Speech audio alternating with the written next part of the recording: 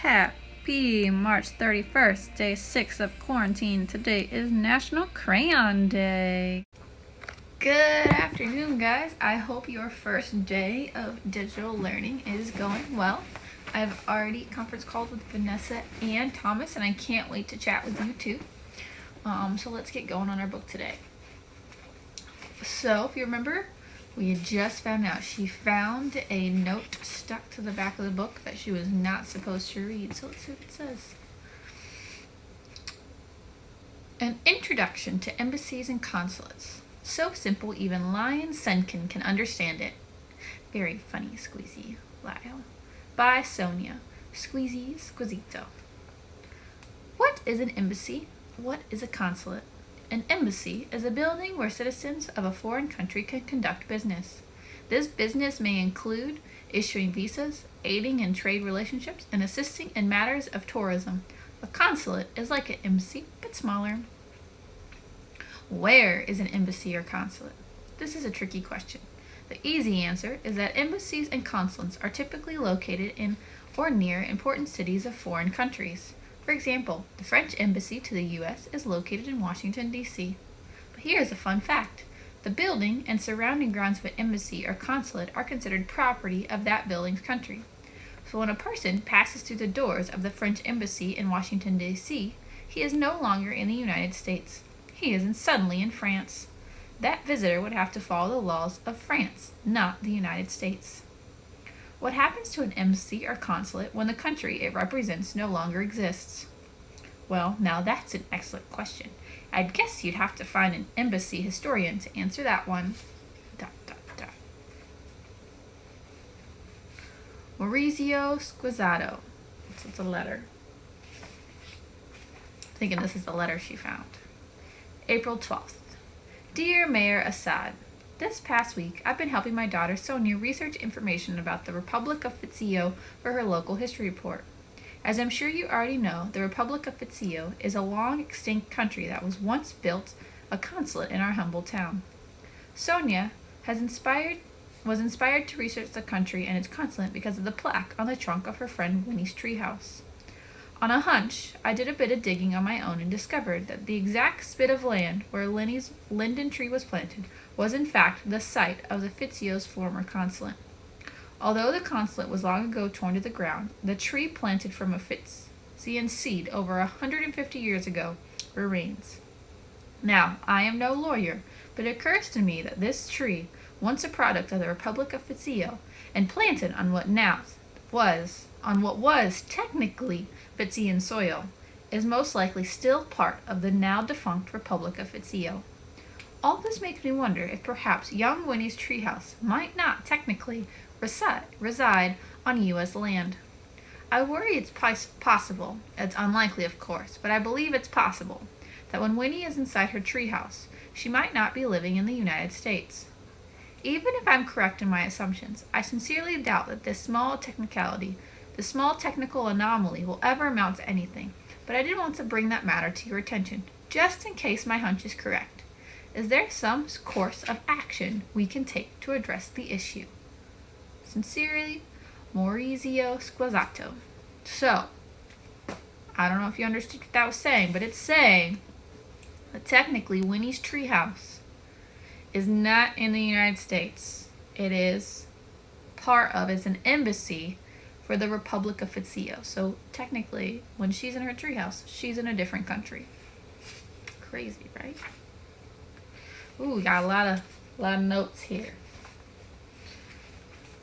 Hey, Lyle Dial, I'm so glad it's Friday. Last night was the worst. I will never eat peach cobbler again as long as I live. Just wanted to let you know that I can't help you polish teeth next Wednesday like we planned. Sorry, sad face. Guinea Pig. P.S. If you're in a country that doesn't exist anymore, then you get to make up your own laws for that country, right? Do you think that's how it works? Winnie. That doesn't look like a pig. Why does it have whiskers and a fork? Why can't you help me polish the teeth? Oh, here's the Guinea Pig. What is it? There's the Guinea Pig.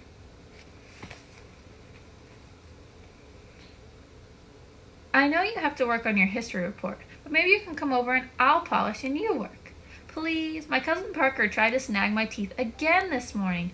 I caught him in time, but the teeth seriously need to be cleaned, and I was counting on you. I hate that kid. Lyle. P.S. How can you be in a country that doesn't exist anymore? Lyle Dial with a smile. Oh, look, she drew it. It's a guinea pig, get it? Like Winnie Pig, the guinea pig. And he was holding a paintbrush. Why would a guinea pig have a fork? I can't polish teeth because I'll be, let's see, she wrote something. Living in my treehouse. Oh, but she crossed it out. I'll be somewhere else. Never mind. Winnie Pig in a wig. P.S. If you need me, leave a note in the treehouse mailbox, okay? P.P.S. That stinks about your cousin. Winnie Pig in a wig with a twig. Oh, there it is. There. What do you mean you'll be somewhere else? Where are you going? Anyway, I should probably stop writing because I think Mr. B is starting to notice that we're... Detention slip. Lyle Stunkin, April 14th, room 5L. Reason, passing notes in class. Uh-oh, they got cut. Alright, and that is, we're going to keep it short today. Oh, actually, no, we're not, because this chapter is only like 3 pages. So, Winnie's sunflower thought. The day what happened, happened. That Friday, after school, Lyle was observing his detention.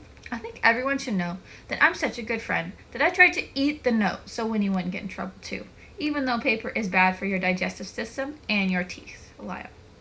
You've told us this 1,000 times, Lyle. We're all super impressed. Squeezy. Winnie did not go to her mom's house to celebrate Dolphin Day. That was because of the sunflower thought, which was now so huge in Winnie's mind that all she could do was think and think about it. The more she thought it, the bigger it grew. Here's what Winnie was thinking. 1. If her treehouse wasn't part of the United States, then when Winnie was inside it, she didn't have to follow any of the laws of the United States.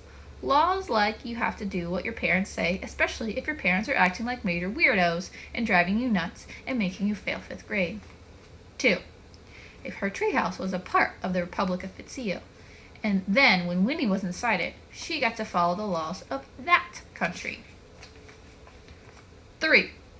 If the Republic of Fitzio didn't exist anymore, then it didn't have any laws anymore either. And 4. So if Winnie was in her treehouse, which was in the Republic of Fitzio, then she could make up her own laws. Laws like she didn't have to come down ever, not unless she wanted to, no matter what anyone else said, even her parents. Winnie didn't tell anyone about her sunflower thought, not even Lyle or Squeezy or Uncle Huck, because she didn't want anyone to try to stop her from doing what she was thinking about doing. Instead, Winnie slipped a note under her mom's front door, stapled to a copy of Mr. Squeezio's letter to the mayor. Then she crossed to her dad's house and slipped the exact same note under his door, then made her way to her treehouse. Here's what the note said. Dear parents, if you need me, I'll be in my treehouse, which as it turns out, is its own country, so you can't make me come out unless I want to. Love, Winnie. After delivering her 2 letters, Winnie marched directly to her treehouse. She stuck 1 foot on the bottom rung of the rope ladder and hoisted herself up, rubbing the bronze plaque that read Planted by the Republic of Fitzio for good luck. When she reached the trap door, Winnie spun the combination and let herself inside. And after that, Winnie didn't come down for a long, long time. That is the end of part 1. Next we'll read part 2, which is how it all happened. Whew. So let's take a minute to think about that. So she has now decided that her treehouse is its own country. Ooh, Miss Gray's gone. Is its own country, and that she is going to live in it until her parents can stop being crazy weirdos and she can get her history report done. I want you to write in the comments on what you think about Winnie's decision. Do you support her? If so, and why? If you think it's a bad decision, tell me why. Alright, I hope your distance learning is going well. Today, I almost forgot to say our national holiday. Today is National Crayon Day. So your goal today is to draw me a picture with crayons and then have your mom either post it to our Facebook or send it to me. Have a great day, guys. Bye. See you guys tomorrow. Remember your task. If you color pictures with crayons, let me see it. Send it to me. I want to see your work. Have fun doing distance learning. Bye, guys.